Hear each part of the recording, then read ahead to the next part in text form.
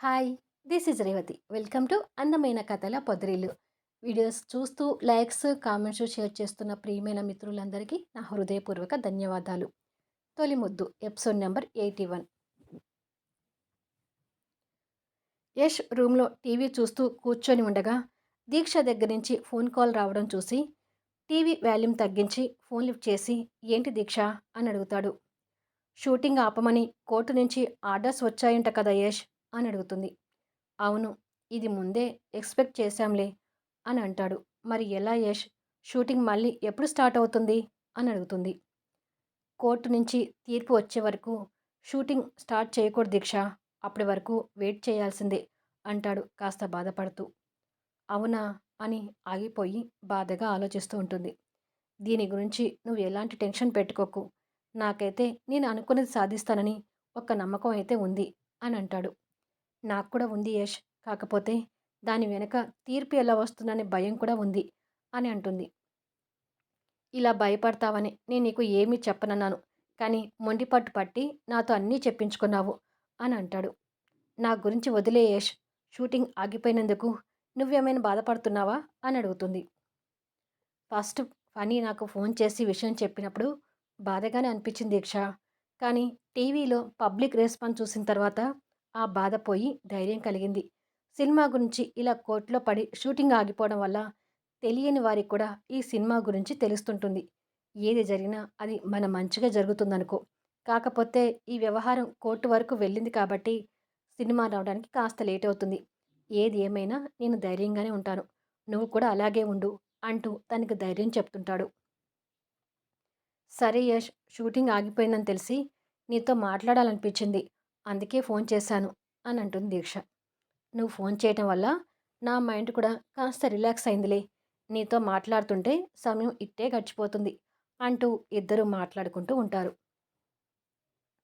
Public response చూసిన విక్రమ్ తల పట్టుకొని, చూసావు కదా పబ్లిక్ ఎలా మాట్లాడుకుంటున్నారో, ఏదో ఈ లోకంలో మన ఇద్దరమే తప్పు చేసినట్టుగా మాట్లాడుతున్నారు అంటూ కోపడతాడు.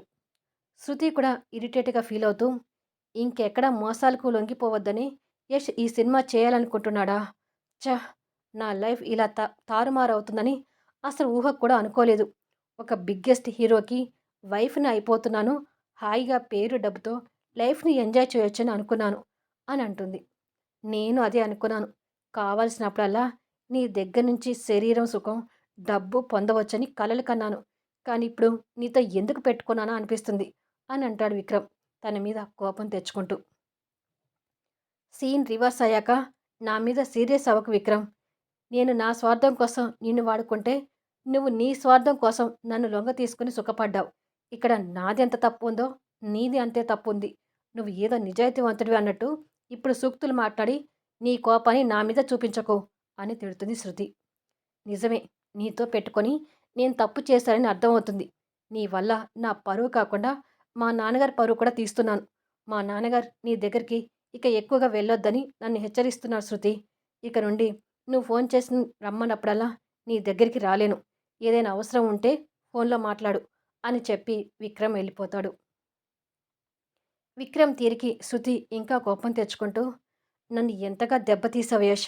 పైగా నన్ను పక్కకు వేసి ఆ దీక్షని పెళ్లి చేసుకుని సుఖపడాలనుకుంటున్నావు కదా. ఎలాగైనా నీ పెళ్లి చెడగొడతాను. మీ ఇద్దరు పెళ్లి చేసుకుని ఒకటవుతున్నారంటే చూస్తూ ఎలా ఊరుకుంటాను. మీ ఇద్దరిని విడదీయటానికి ఆ దీక్షని చంపడానికి కూడా వెనకాడను అని అనుకుంటుంది. ఫనీ అడ్వకేట్ జయచంద్ర ఎదురుగా ఉంటాడు. కోర్ట్ ఆర్డర్ ఇచ్చిందని కాదు కానీ ఇప్పుడు షూటింగ్ ఆపితేనే మంచిది ఫణి గారు. ఎందుకంటే ఫైనల్ తీర్పు ఎలా వస్తుంది అనేది ఖచ్చితంగా చెప్పలేకపోవచ్చు. ఒకవేళ మీకు సరిగ్గా అనుకూలమైన తీర్పు రాకపోయి సినిమా తీయలేము అనుకుంటే ఇప్పుడు మీరు షూటింగ్కి పెట్టిన బడ్జెట్ కూడా వేస్ట్ అవుతుంది. ఇలా అంటున్నానని తప్పుగా అనుకోవద్దు. కోర్టు తీర్పు మనకు పూర్తి అనుకూలంగా వస్తుందనుకుంటే షూటింగ్ చేసే ధైర్యం చేయొచ్చు.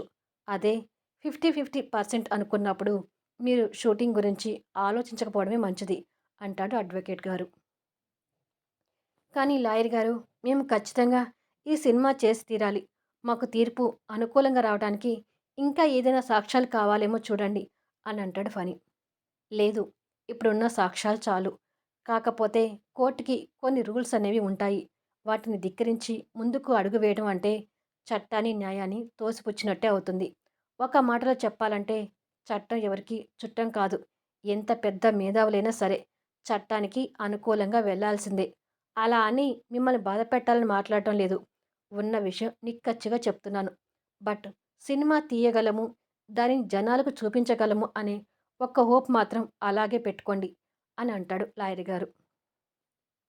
ఓకే లాయర్ గారు. నేను, యశోద మా సినిమా మిగతా టీమ్ అంతా ఆ నమ్మకంతోనే ఉన్నాం. చట్టం ప్రకారం వెళ్ళాలి కాబట్టి మేము కూడా కోర్టు తీర్పు కోసం ఎదురు చూస్తుంటాము. మళ్ళీ ఏదైనా అవసరం ఉంటే మిమ్మల్ని కలుస్తాను అని చెప్తాడు. ఓకే. కోర్టు వాయిదా ప్రకారం మీరు, యశోధర్ గారు కోర్టుకి అటెండ్ కావాల్సి ఉంటుంది. నేను మీతోనూ, యశోధర్ గారితోనూ రోజు కాంటాక్ట్‌లో ఉంటూనే ఉంటాను అని చెప్తాడు. ఓకే అండి అని చెప్పి ఫణి బయటకొచ్చి యష్‌కి ఫోన్ చేసి ఉన్న విషయం చెప్తాడు. ఓకే ఫణీంద్ర, కోర్టు తీర్పు వరకు ఎదురు చూద్దాం. ఫైనల్‌గా నువ్వు నా మీద మాత్రం నమ్మకం ఉంచు. ఒకవేళ ఈ సినిమా ఆగిపోయే వరకు వచ్చి నష్టపోతే ఆ నష్టాన్ని నేను పూర్తిగా భరిస్తాను అని అంటాడు యష్. అసలలా మాట్లాడకు యశోధర్. మనకి అనుకూలంగా తీర్పు వచ్చి సినిమా షూట్ చేస్తామనే నమ్మకాన్ని ఎప్పుడూ కోల్పోకు. సినిమా ఆగిపోవడం అనేది నేను వినలేను అని అంటాడు ఫణి. ఈ సినిమా విషయంలో ఆగిపోవడం అనే వర్డ్ వాడాలంటే నాకు కూడా ఇష్టం లేదు ఫణి. కాకపోతే నువ్వు ఏమైనా ఫైనాన్షియల్‌గా ఇబ్బంది పడుతున్నావేమోనని నీకు నేను ఉన్నాను అన్నట్టుగా ధైర్యం చెప్తున్నాను అని అంటాడు యష్. ఓకే యశోధర్. నువ్వు నాకు బ్రదర్ లాంటి వాడివి. వరుసలు చూసుకుంటే నువ్వు నాకు అన్నయ్యవి అవుతావులే అని అంటాడు ఫణి స్వప్నని దృష్టిలో పెట్టుకొని నవ్వుతూ. యష్ కూడా నవ్వుతూ నువ్వు చూస్తావేమో నువ్వు చూస్తేనేమో మెత్తటి వాడివి. మరి మా కంచునేమో ఎలా భరిస్తావో ఫణి అని అంటాడు. నేను మెత్తటివాడిని కాబట్టే నాకు మీ కంచు కావాలని కోరుకుంటున్నాను.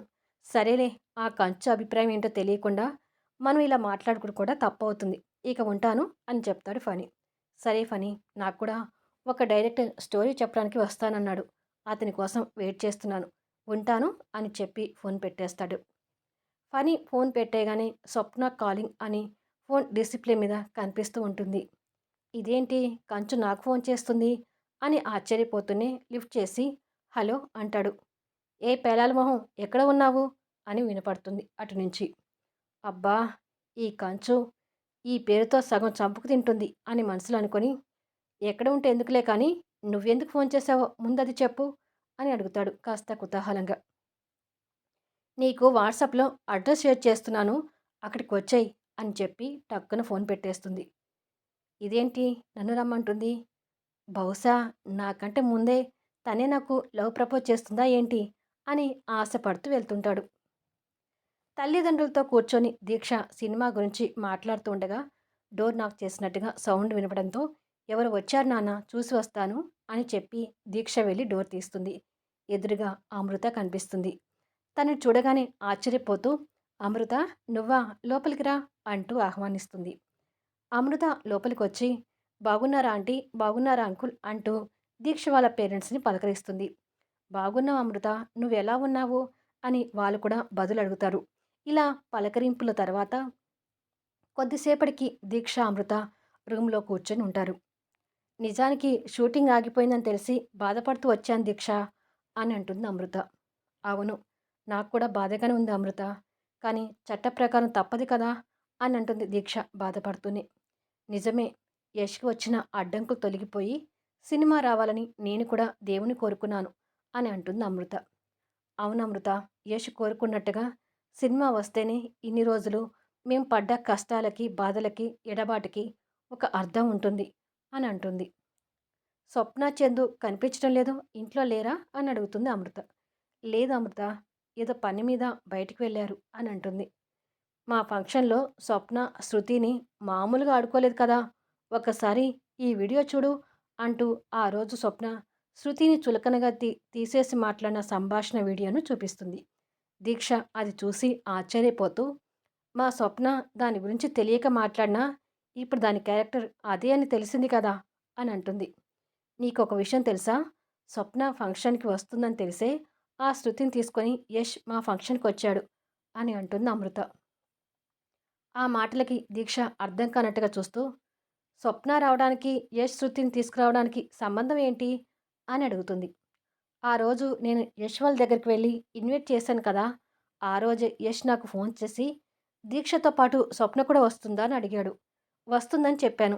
సరే మంచిది అని చెప్పి, ఇంకొక మాట కూడా మాట్లాడకుండా ఫోన్ పెట్టేశాడు. అప్పుడు స్వప్న గురించి ఎందుకు అడిగాడో నాకు కూడా అర్థం కాలేదు. ఇక ఆ విషయం గురించి వదిలేశాను. కానీ మొన్న యష్ నిన్ను అందరికీ పరిచయం చేయడం టీవీలో చూశాను కదా! ఆ తర్వాతే మా ఫంక్షన్ వీడియో వచ్చి, ఈ సీన్ నా కంట్లో పడింది. బాగా చూడు, స్వప్న అక్కడికి వచ్చిందని చూసే యష్ శృతి దగ్గర నుంచి వెళ్ళిపోయాడు. అంటే స్వప్న ఆ శృతికి క్లాస్ వీకుతుందని గ్రహించే యష్ అక్కడి నుంచి వెళ్ళిపోయాడు. అప్పుడు అర్థమైంది యష్ స్వప్న గురించి ఎందుకు అడిగాడా అని. అదే నువ్వు ఒక్కదానివే వచ్చుంటే శృతి నీతో ఆడుకునేది.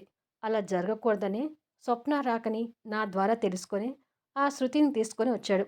యష్ ఇన్నాళ్ళు నీకు దూరంగా ఉన్నా నిన్ను ప్రాణంగా ప్రేమించాడని అనుకోవడానికి ఇది కూడా ఒక నిదర్శనం దీక్ష అని అంటుంది అమృత. నిజమే అమృత. యష్‌ని నేనే పూర్తిగా అర్థం చేసుకోలేకపోయాను. ఇన్నాళ్ళు యష్ నా మీద అంత ప్రేమ ఉంచుకొని ఎలా దూరంగా ఉండగలుగుతున్నాడో తలుచుకుంటేనే నాకు కన్నీళ్ళొస్తున్నాయి అంటూ మాట్లాడుతుంటారు.